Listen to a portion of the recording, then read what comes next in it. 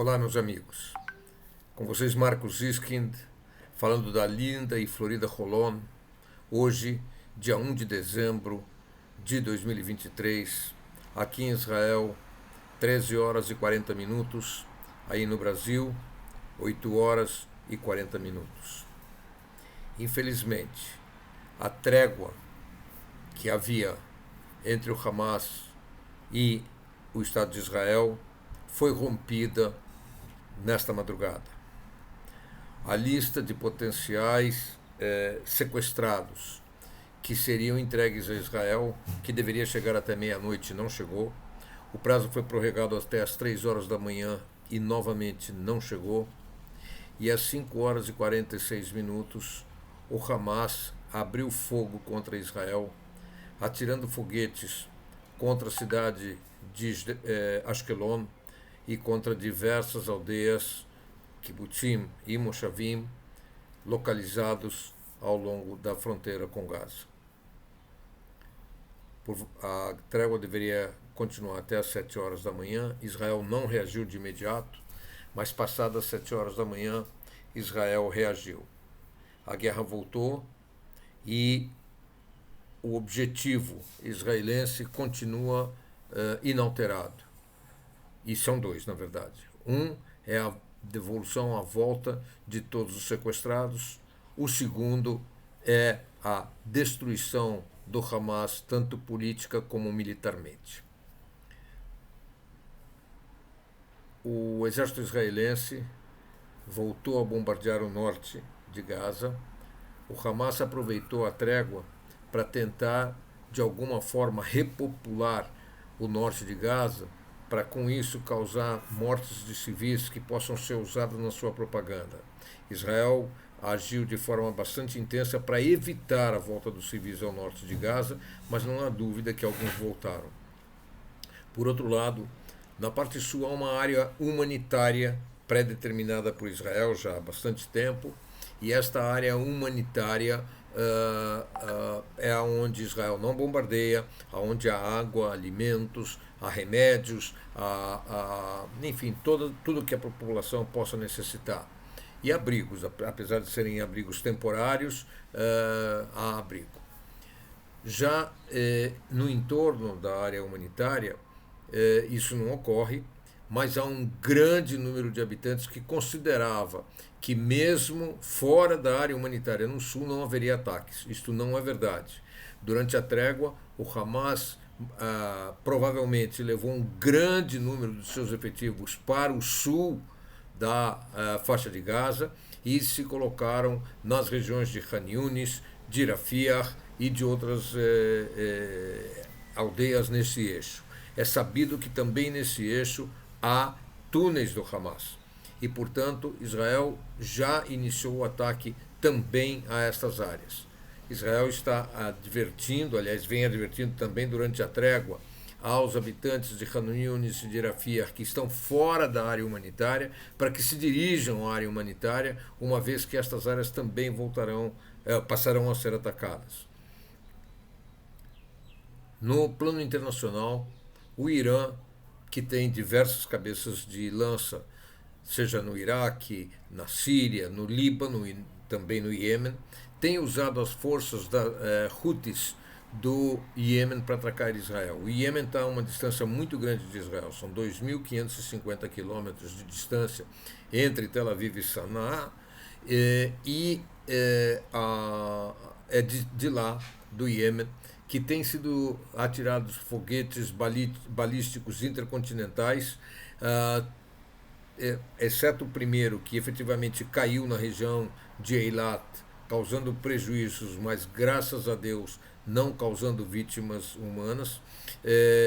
Os demais foram interceptados, seja pelo sistema Kippat Barzel, que é o domo de ferro, ou pelo sistema Hetz. O sistema Hetz é um sistema de abate de mísseis moderníssimo, que havia sido testado inúmeras vezes em experimentos, mas pela primeira vez foi utilizado em situação de guerra e conseguiu destruir um míssil balístico a 100 quilômetros de distância de Israel, em grande altitude, num desempenho espetacular. É a primeira vez que um míssil balístico é abatido na atmosfera por esse tipo de sistema HETS, que como eu disse, inovador para a defesa de Israel.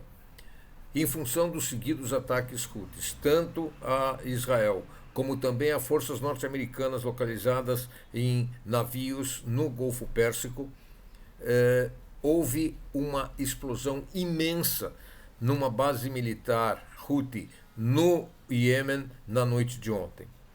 Esta manhã, as agências noticiosas da Arábia Saudita noticiam que este ataque foi causado por Israel, que teria atacado uma base importante do grupo terrorista Houthi na cidade de Sanaa, onde eles acumulavam os mísseis balísticos de longo alcance e alta precisão, bem como grande número de drones de ataque também. As explosões foram muito grandes e o exército norte-americano, o comando do exército norte-americano, informou que não participou desse ataque. Daí a conclusão da imprensa da Arábia Saudita ter sido Israel, que não confirma, mas também não nega ter feito este ataque. É importante isto porque é muito importante fazer com que bases iranianas, longe dos acontecimentos, não se envolvam nesta guerra. Para você mandar um foguete balístico desde o Iêmen até Israel, é necessário atravessar todo o território da Arábia Saudita e todo o território da Jordânia. Se nós medirmos a distância pelo outro lado do Golfo, é necessário ultrapassar todo o território da Eritreia, todo o território da Etiópia, todo o território egípcio, todo o deserto de Sinai, até chegar a Israel. Isso é para dar para você, ouvinte, uma ideia da imensa distância aonde se encontram os Houthis, que não têm, jamais tiveram fronteira com Israel e que estão utilizando a sua força bélica para apoiar os terroristas do Hamas. No fronte norte, ainda não tivemos nenhum novo incidente, apesar de que hoje de manhã um dos líderes do Hezbollah já anunciou que os combates em Gaza poderão, de alguma forma, estimular o Hezbollah a voltar a atacar Israel. É importante também mencionar que há uma dissidência muito grande no Líbano com respeito à ação do Hezbollah. Após a guerra do Líbano, no ano de 2006, a ONU tomou uma resolução, a resolução 1701, que exige que o sul do Líbano seja desmilitarizado por qualquer grupo terrorista ou força não oficial e que lá permanecessem exclusivamente as forças da UNIFIL, que são as forças da ONU garantidoras da tranquilidade na região, ou o exército libanês. O exército libanês não está presente e a UNIFIL sim está presente, mas sem nenhuma autoridade. Tudo que ocorre no sul do Líbano é administrado a mando do Hezbollah. O Hezbollah se recusa a assumir as resoluções da ONU, principalmente a 1701, que determina que eles se movam para o norte do rio Litani. Se fizessem isso, a fronteira norte estaria bastante tranquila, tanto para Israel como para o Líbano. Autoridades libanesas sabem que se o Hezbollah continuar com as escaramuças e essas se transformarem em situação de guerra, será provavelmente o fim do Líbano. Do ponto de vista econômico, o Líbano está praticamente nos estertores da sua existência, lutando desesperadamente para sobreviver. Há um problema grave de fome no Líbano, há um problema grave de empobrecimento maciço da população desde as explosões no porto de Beirute causadas pelo Hezbollah, aquele material bélico que eles armazenavam no porto que acabou explodindo. E se Israel efetivamente for provocada para uma guerra, as possibilidades de sobrevivência do Líbano passam a ser muito pequenas. É por isso que autoridades cristãs e drusas no no Líbano, vem pedindo às autoridades xiitas para que, de alguma forma, contenham o Hezbollah e exijam que ele se mova para norte do rio Litani, deixando a área sul do Líbano livre de terrorismo e, portanto, se Deus quiser, sem guerra. Do ponto de vista econômico, Israel continua sofrendo bastante. O número de trabalhadores estrangeiros diminuiu sensivelmente. Israel é um país que tem uma deficiência imensa de mão de obra.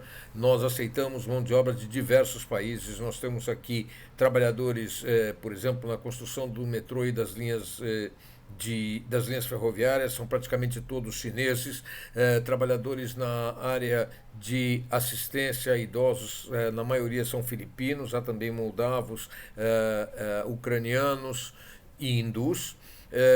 Na área de agricultura, a grande maioria dos trabalhadores são tailandeses. Isso por quê?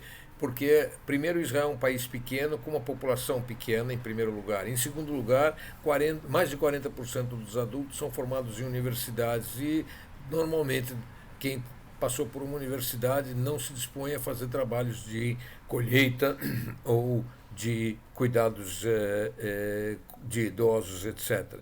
É por isso que Israel importa trabalhadores. Infelizmente, o Brasil, que poderia mandar trabalhadores para cá, não tem acordo com o Estado de Israel, apesar de Israel ter proposto já mais de uma vez. A Colômbia, sim, manda trabalhadores para cá, o Equador, sim, manda trabalhadores para cá, que levam uma quantidade significativa de dinheiro para os seus países, uma vez que os salários aqui são bastante elevados. O salário mínimo aqui em Israel, 5.450 shekalim, aproximadamente R$ 7.500,